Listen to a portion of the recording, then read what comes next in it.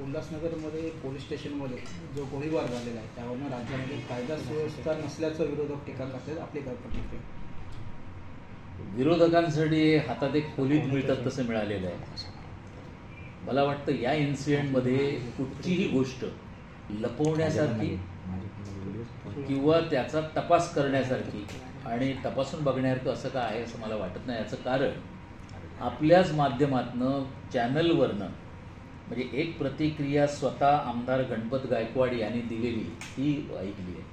आणि जे फुटेज आहे रूममध्ये काय झालं अगदी जाऊन हॉस्पिटलला जाईपर्यंत जे ज्या गोष्टी घडलेल्या आहेत या सगळ्याच बघितल्यात आणि पुऱ्या महाराष्ट्राने असेल देशाने असेल बघितलेलं आहे.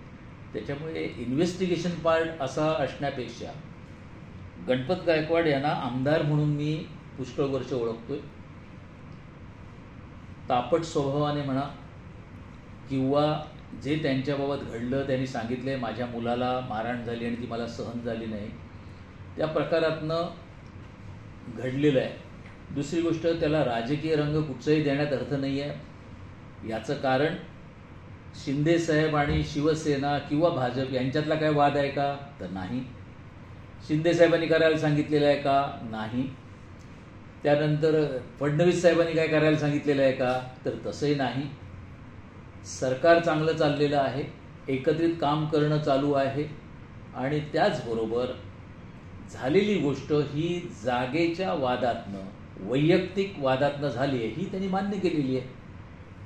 विरोधकांनी त्याच्यामध्ये काहीतरी येऊन ॲड करत राहायचं, मसाला टाकत राहायचं हे न करता कायदा सुव्यवस्था पाळण्याचं काम पोलीस करतायत. आणि महाराष्ट्राचा अजून काही बिहार झालेला वगैरे असं समजू नका काहीतरी नावं आणि टायटल द्यायची म्हणून.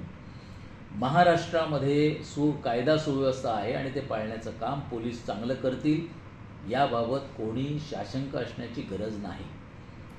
काही लोक आपली बुद्धी पाजळतात कारण मगाशी एकाचं बघितलं मी एक प्रवक्त्यांचं 10 गोळ्या झाडल्या म्हणे 10.